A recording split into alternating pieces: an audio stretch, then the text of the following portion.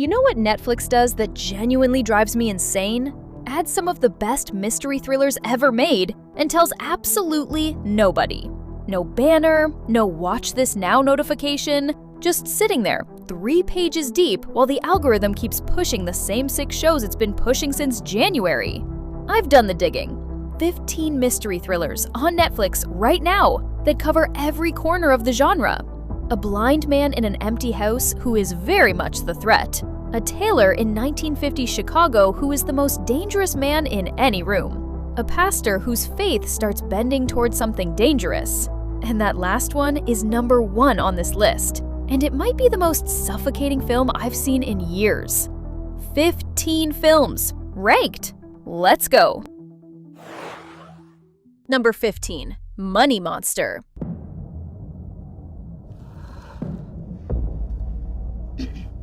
Anyone who can get out right now. Do not look up, do not make eye contact, just go. Jodie Foster directed this. George Clooney and Julia Roberts star in it. It made $93 million at the box office, and somehow almost nobody talks about it anymore. Clooney plays Lee Gates, a loud, flashy financial TV host whose show got a man to invest his entire life savings in a stock that then collapsed. That man shows up on set, live, with a gun and a bomb vest. And the next 90 minutes is Gates trying to survive while slowly realizing the man pointing the gun at him isn't wrong. It's sharp, it's propulsive, it moves fast. And underneath the hostage thriller mechanics is something genuinely angry about financial systems that destroy ordinary people and face zero consequences for it. Roberts, as the director, talking to Clooney through his earpiece, gives the film its spine. 2 people who've worked together for years, suddenly in something neither of them prepared for. Not the deepest film on this list, but a very good one. Number 14, Fall. Let's do it. Let's climb your stupid tower. I'm so excited! 2,000 feet. That's how far up Becky and Hunter are when the ladder collapses. They climbed an abandoned TV tower in the middle of the Mojave Desert to scatter the ashes of Becky's husband, who died in a climbing accident a year ago. The climb goes fine. The descent does not. And now they're on a platform roughly the size of a dining table with no signal, no water within reach, and vultures beginning to show interest. Here's the thing about Fall. It was made for $3 million. The actors performed most of their own stunts, and the filmmakers built the upper portion of the tower on top of a real mountain, so the drop behind the actors is completely real. That's not CGI wind. That's actual wind. You feel it. The film has flaws. The script gets wobbly in places, but as a pure delivery mechanism for vertigo and dread, it does its job with complete conviction. If you have any fear of heights, any at all, you will not watch this calmly. Number 13, Green Room. Where are the police? They've come and gone. Got a little complicated. Gentlemen, it won't end well. Most people haven't heard of this one. That's a crime.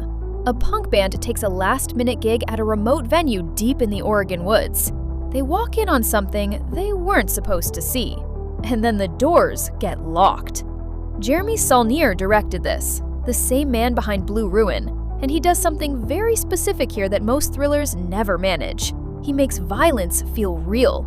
Not cool, not stylized, real, painful, slow, with consequences that carry through. Patrick Stewart plays the venue owner. Calm, polite, utterly terrifying. Being calm and polite while people are dying in the next room is more frightening than any amount of shouting. Anton Yelchin leads the band. This was one of his final films. He is extraordinary in it. 91% on Rotten Tomatoes. Almost nobody has seen it. Go fix that tonight. Number 12, Safe Haven. You seen this woman? I don't think so. Stop the bus, Boston PD! Right, gear change. I know, Nicholas Sparks' adaptation. Romance novel. It looks like a film your mom watches on a Sunday afternoon. Stay with me. Safe Haven has a twist in its final act that rewrites everything you've been watching for 2 hours. and I genuinely did not see it coming. Josh Duhamel plays a widowed father in a small coastal town. Julianne Hough plays a mysterious woman who shows up and starts building something with him while clearly running from something she won't name. The romantic drama is competent, the chemistry is fine, and then the last 15 minutes happen and suddenly you're watching a completely different film. Look, it's not a perfect film. Critics were dismissive and they weren't entirely wrong. But that ending is the reason this film has found a second life on streaming, years after release, through people texting their friends at midnight saying, "You need to watch Safe Haven." Go in expecting a romance. Come out surprised. Number 11. Non-stop. Someone on this flight is threatening to kill someone every 20 minutes unless $150 million is transferred to this account number. Liam Neeson. On a plane. Someone on board is sending him anonymous texts threatening to kill a passenger every 20 minutes unless $150 million is transferred. That is the complete pitch. And it works, completely. Jaume Collet-Serra directed this, the same man who made The Shallows, Jungle Cruise, and approximately 4 other Liam Neeson on transport films. And what he understands is that Neeson at this point in his career is a genre. You hire him, you set him in motion, and you let the audience enjoy watching a very specific and very comforting kind of competence under pressure. Nonstop isn't trying to be something it isn't. It's a perfectly calibrated Saturday night thriller. Propulsive, twisty, slightly ridiculous in places, and completely committed to itself. The reveal of who's behind it is divisive. The ride getting there isn't. And before I get to number 10, I want to say that the next 3 films are the point where this list starts doing something different. Number 8 in particular, a film set in a single house with a blind man as the threat, is one of the most technically perfect home invasion films ever made. Keep watching. Number 10, Land of Bad. I got movement. We got a situation. RPG, 12 o'clock, incoming! Weapons away. Most people miss this one, which is baffling given what it does. Liam Hemsworth plays a rookie special ops soldier whose team gets ambushed deep in hostile territory in the Philippines. Russell Crowe plays the drone operator watching the whole thing from a trailer in Nevada, thousands of miles away, trying to keep the last survivors alive using nothing but cameras in the sky. 2 men, 2 completely different kinds of helplessness. What Land of Bad does better than almost any recent action thriller is take the modern reality of drone warfare, the terrifying distance between the operator and the consequence, and make it feel intimate. Crowe is watching someone die in real time, and the only thing he can do is keep talking. It's tense from the first act to the last. Hemsworth is genuinely good in a way his bigger films haven't always let him be, and Crowe hasn't been this engaged in years. Underseen, properly good. Watch it tonight. Number 9, The Black Phone.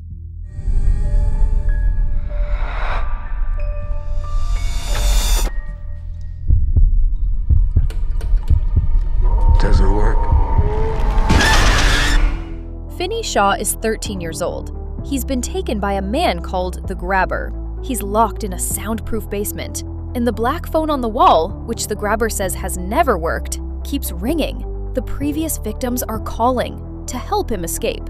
Scott Derrickson directed this, and he gets something right that most horror-adjacent thrillers miss. The scariest thing is not the Grabber, it's what Finney is going to have to do to survive him. Ethan Hawke plays the Grabber behind a fractured mask and delivers one of the most genuinely unsettling villain performances in recent times. Not because he's loud, because he's inconsistent. You never know which version of him is going to walk down the stairs. The film is set in the late 1970s and wears that period with complete confidence. No nostalgia, just the specific texture of that era. 96% on Rotten Tomatoes. One of the best genre films of the last 5 years. Number 8, Don't Breathe. What do you say you and I move away from Mom together? It's a promise. You're leaving? Yeah, as soon as I have the money. When are you coming back? Never. A blind man lives alone in an abandoned Detroit neighborhood. He has money hidden somewhere in the house. 3 young thieves break in to take it. Here's what they didn't know. He's a veteran. He knows the layout of his house perfectly in the dark. And now that they've locked themselves inside, neither can they leave. Fede Alvarez directed this for $9.9 million and produced something that plays like a masterclass in spatial tension. Every room matters. Every locked door matters. And Stephen Lang as the blind man is one of the great, physically committed performances in any thriller in the genre. He doesn't say much. He doesn't need to. The film has a midpoint revelation, I will not say what, that shifts the entire moral ground of the film. Nobody is who you thought they were.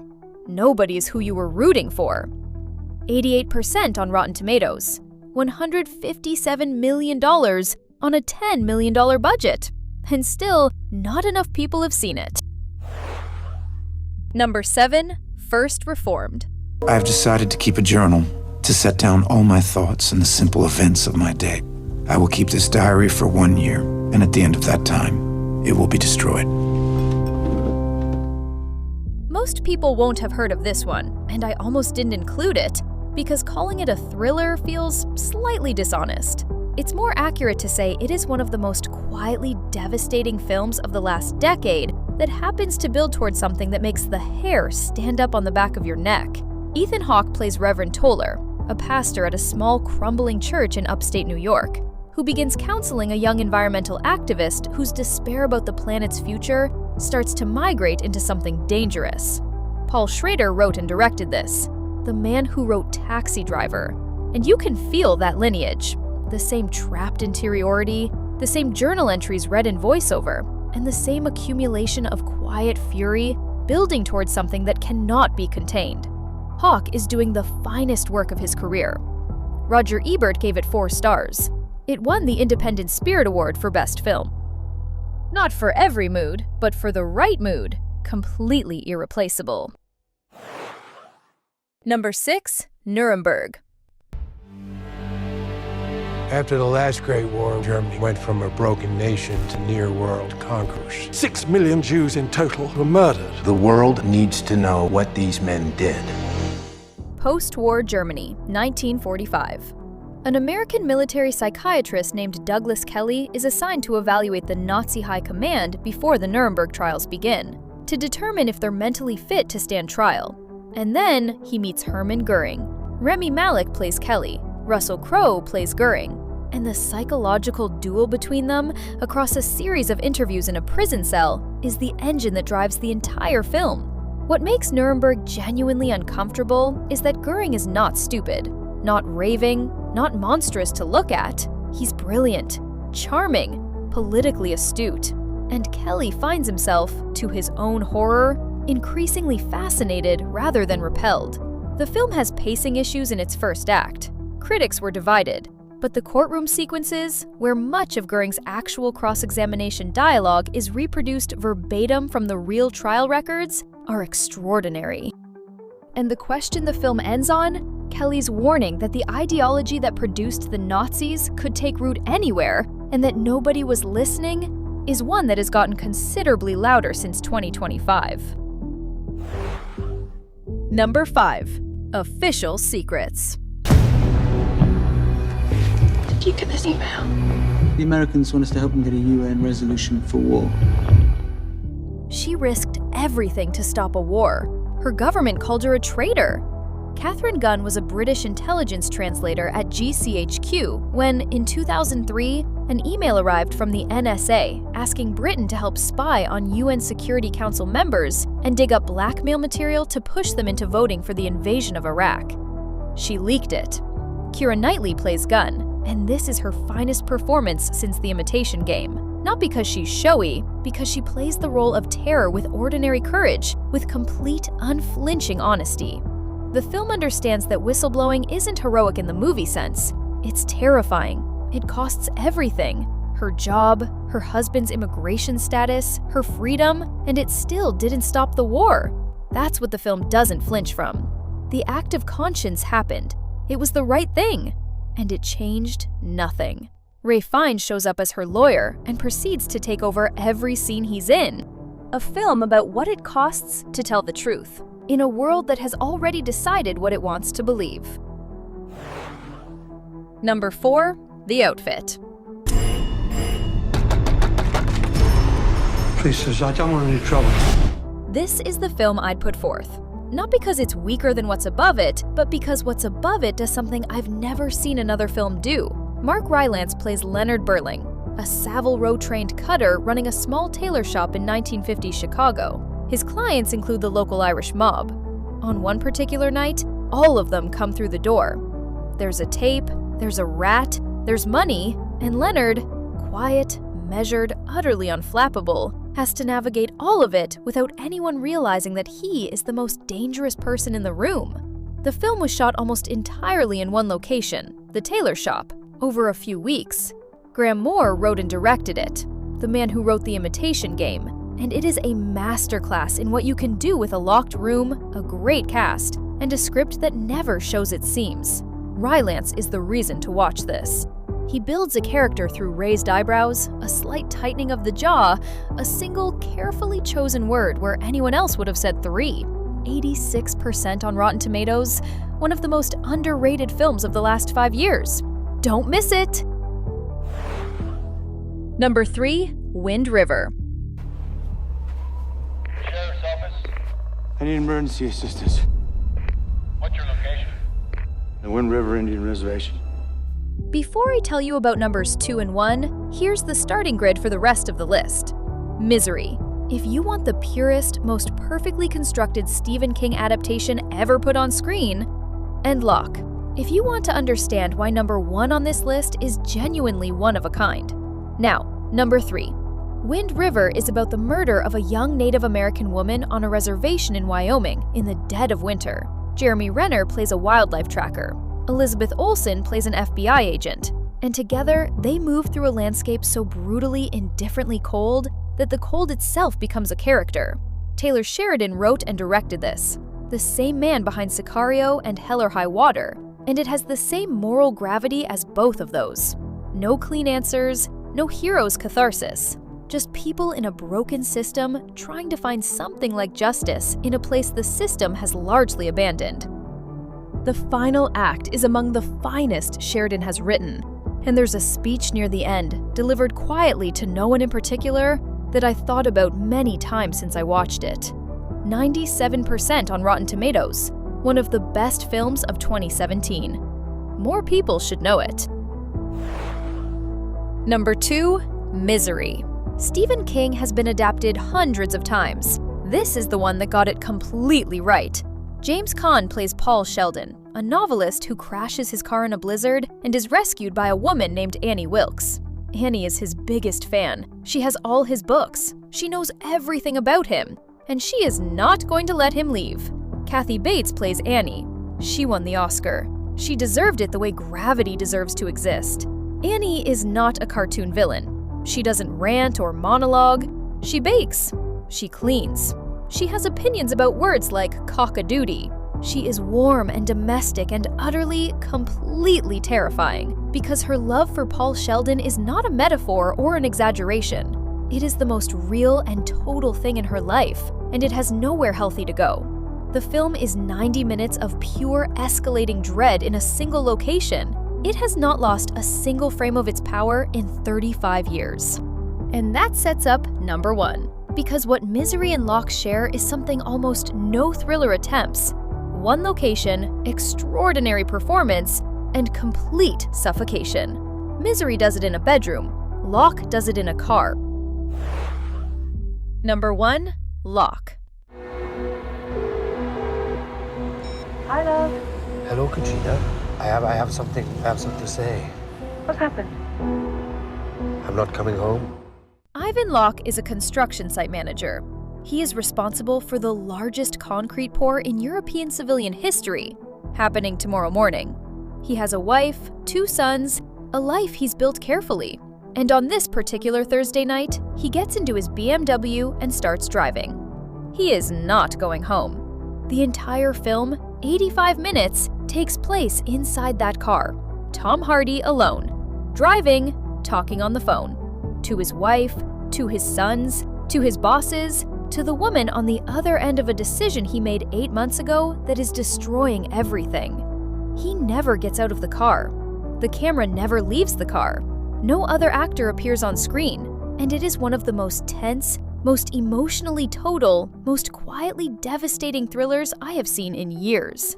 Here's what makes it extraordinary. Ivan Locke is not running from something. He is driving toward the consequences of a choice he knows will cost him everything, and doing it anyway. Because he has decided who he wants to be, and the man he wants to be doesn't run. Tom Hardy gives a performance that should have redefined how people talk about him. No physicality, no accent tricks, just a voice, a face in the rearview mirror, and the specific weight of a man holding himself together through sheer moral will while his whole life comes apart at 70 miles an hour on an English motorway. I watched this alone on a weeknight. I didn't move for the entire 85 minutes. There are 15 films on this list. This is the one I keep coming back to. That's the end of our today's list, 15 films. I dig through the streaming wasteland so you don't have to. All on Netflix right now. Drop a comment with which one you're watching first. Subscribe to Cine Edge if you like the video. Now go watch something. Thank you for watching. I'll see you in the next video.